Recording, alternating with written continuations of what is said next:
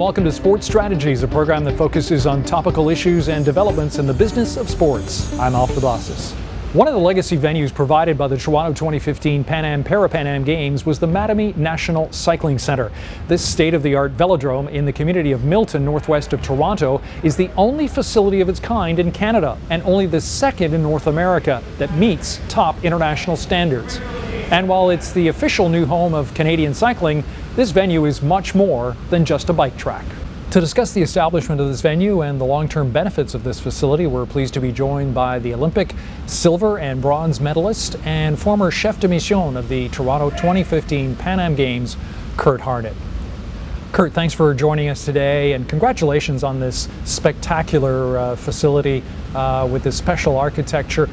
Tell us a little bit about how this venue came to Milton, because I understand it was originally not intended for this community. Well, I certainly don't deserve the credit for this facility being here, but I'll take it off the top like that, thanks. But yeah, I mean, again, with the Pan Am Games coming to this region, the organizing committee had their heart set on and was very focused on having legacy be a big part of that, and the ability to build and create facilities that have a long-standing impact on sport for generations to come. And the indoor, full-time, 12-month a year, 24-hour-a-day facility, indoor cycling track was one of their mainstays, one of the things they remain committed to. The host community for that facility kind of bounced around a little bit, and unfortunately not only the town of Milton but some private donors kind of stepped in and felt that their commitment to the sport would be to not only the Pan Am Games but to the sport of cycling would be the hosting of this fabulous facility. Kurt, one of the things I found interesting in my research about this facility is that this will eventually be the hub of a planned neighborhood, which will include interesting projects like a university campus. Can you give us a little bit of background of what the surrounding area to this facility will become? Well, I'll speak, and that's what the town of Milton's been very, I think, leading, cutting edge in their understanding of the value of community centers to their community to make their town and this region livable. And they've committed significantly over the years, and they've got some great community centers in this region already that are at full capacity, running at a level that they saw the need to continue that building. The town of Milton, one of the fastest growing communities in all of Canada. So it's really one of those things where as an area, as a region, it's always been sort of the hub of cycling. Halton Hills and the town of Milton have always sort of been the hub of cycling for years leading up to this, because of the natural terrain here, the beautiful riding and the quality and caliber of the roads, the commitment that the region has made to any new road surfacing, having a full-on bike lane associated with that, a paved shoulder type of impact. So, in making this community and continuing with the town of Milton, continuing with their commitment to their community, this facility became a natural.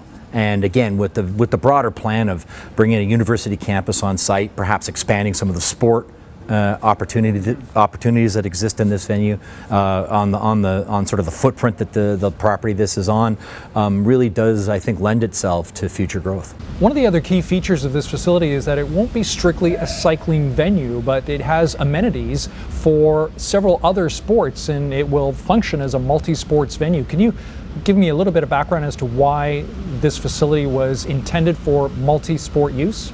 Well, again, it's twofold. Number one, it is the velodromes consistently have across the board been constructed in this manner. There are facilities, this velodrome is built off of effectively a model of many velodromes that exist around the world, and it's always been well known, at least maybe the best kept secret within the cycling community.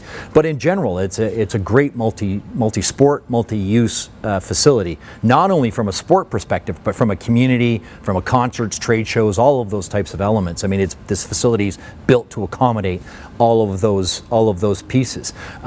It was a commitment from the get-go in the design phase to ensure that it had that capability. It's a very multi-use infield, multi-purpose.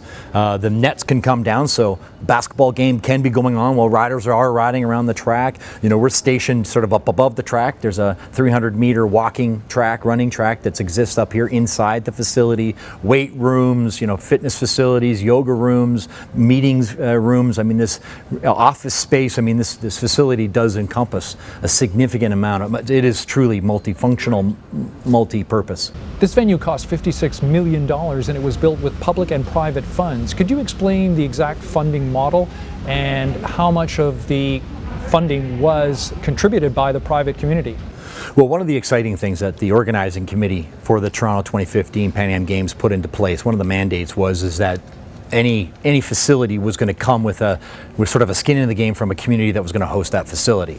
So so the funding model was effectively and very generally, we'll bring you 66 cents on the dollar, you come up with the other 33 cents, and you've got yourself a world-class sport facility of some sort, whether it was a retrofit or a brand new build. And that was, I think, that's a really important key element to the go forward and the sustainability of this facility, is the idea that that everybody's got skin in the game. And it was built with the town of Milton very, very involved into what sort of features and elements this facility would need to have for it to be committed to that.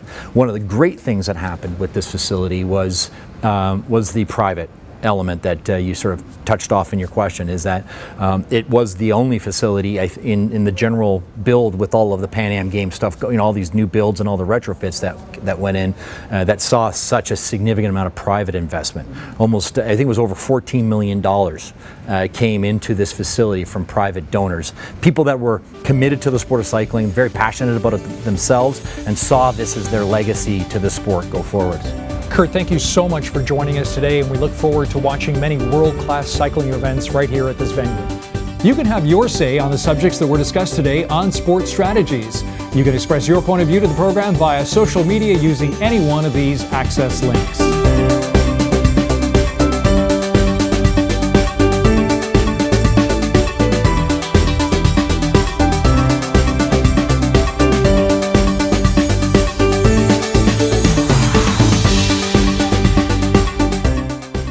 For access to all the episodes in this series, subscribe now to Sports Strategies.